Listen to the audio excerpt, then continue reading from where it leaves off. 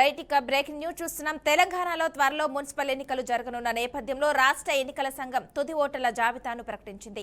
ఎన్నికలు జరగనున్న మున్సిపాలిటీలు, కార్పొరేషన్లు మొత్తం 52,43,023 మంది ఓటర్లు ఉన్నట్లు ఈసీ వెల్లడించింది. వారిలో 25,62,369 మంది పురుషుల ఓటర్లు, అలాగే 26,80,014 మంది మహిళా ఓటర్లు, 640 మంది ట్రాన్స్జెండర్లు ఓటర్లు ఉన్నట్లు గుర్తించారు. ఇక మున్సిపల్ ఎన్నికల్లో పురుషుల కంటే మహిళా ఓటర్లే అధికంగా ఉన్నారని ఈసీ తెలిపింది. ఇక నిజామాబాద్ కార్పొరేషన్లో అత్యధికంగా 3,48,051 మంది ఓటర్లు, కొత్తగూడెంలో అత్యల్పంగా 1,34,774 మంది ఓటర్లు ఉన్నారు. ఆదిలాబాద్ మున్సిపాలిటీలో అత్యధికంగా 1,43,655 మంది ఓటర్లు ఉండగా, అమరచింత మున్సిపాలిటీలో అత్యల్పంగా 9,147 మంది ఓటర్లున్నారు. ఇదిలా ఉండగా రిజర్వేషన్లు ఖరారైన తర్వాత పట్టణ స్థానిక సంస్థల ఎన్నికల కోసం పురపాలక శాఖ నోటిఫికేషన్ కూడా విడుదల చేయనుంది.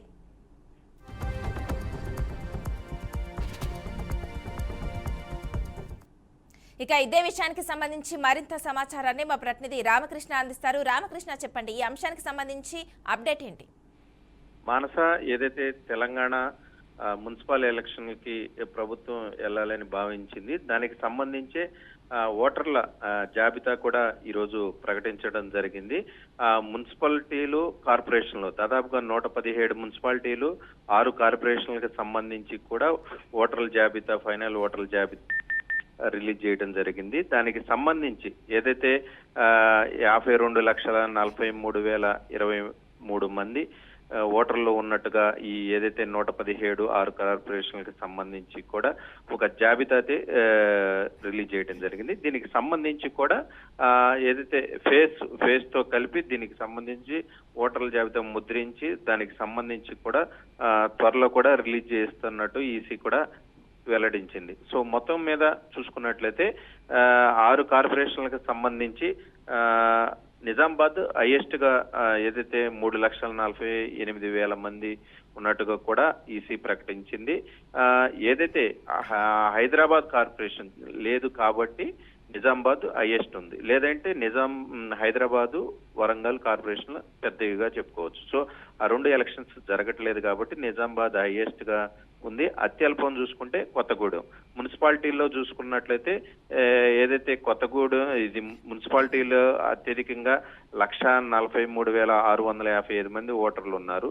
అమరచింత మున్సిపాలిటీలో అత్యల్పంగా ఉన్నారు. దీనికి సంబంధించి మొత్తం కూడా ఓటర్ల జాబితా అనేది కూడా త్వరలో ముద్రించి దీనికి సంబంధించి కూడా రిలీజ్ చేయనున్నారు. మొత్తం మీద దీనికి సంబంధించి అయితే ఆల్రెడీ ఏదైతే బై ఎలక్షన్ లో కావచ్చు, స్థానిక సంస్థల్లో ఎన్నికల్లో గెలిచిన కాంగ్రెస్ పార్టీ కొంత జోష్ లో ఉన్న నేపథ్యంలోనూ త్వరితగతిన పూర్తి చేయాలి మార్చి లోపు అని కూడా భావించిన నేపథ్యంలోనూ ఈ నోటిఫికేషన్ కూడా 16వ తారీఖు 17వ తారీఖు దీనికి సంబంధించి రిజర్వేషన్లు ఖరారు చేయనుంది. ఖరారు చేసిన అనంతరమే దీనికి సంబంధించి కూడా 20వ తారీఖు లోపు నోటిఫికేషన్ వచ్చే అవకాశం ఉంది. 18వ తారీఖు ఎగ్జాక్ట్ గా సమ్మక్క సారలమ్మ జాతరకి దానికి సంబంధించి కూడా పర్యవేక్షించనున్నారు సీఎం.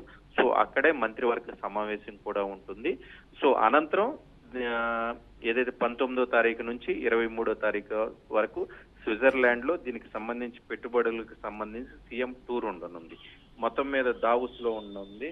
సో మొత్తం మీద దీని తర్వాత సీఎం కూడా మున్సిపాలిటీలకి సంబంధించి కూడా ప్రచారం ఉంటుంది. సో ఓవరాల్ గా చూసుకున్నట్లయితే మున్సిపల్ ఎలక్షన్ కి సంబంధించి అన్ని ఏర్పాట్లు చేశారు. మున్సిపల్ అధికారులు ఏదైతే ఈ ఓటర్ల జాబితా రిలీజ్ చేయబోయే ముందే అధికారులు, మున్సిపల్ అధికారులతో కావచ్చు, కలెక్టర్లతో కూడా ఈసీ దీనికి సంబంధించి సమావేశం నిర్వహించారు.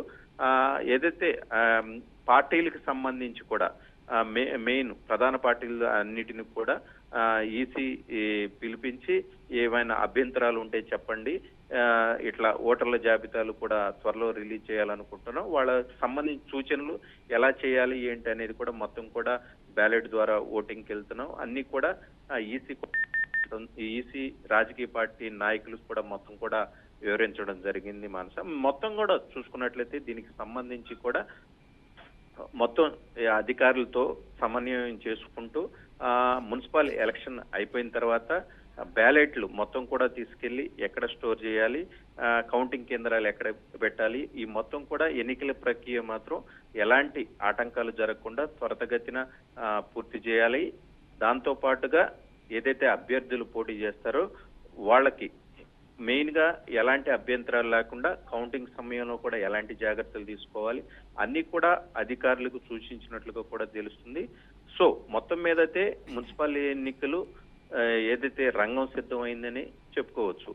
ఒకవైపు పార్టీలు అన్ని కూడా ఇప్పటికే ప్రచారాల్లో బీఆర్ఎస్ కావచ్చు, బీజేపీ, కాంగ్రెస్ మెయిన్ ప్రధాన 3 పార్టీలు కూడా ప్రచారం కూడా ముమ్మరం చేసినాయి అని చెప్పుకోవచ్చు.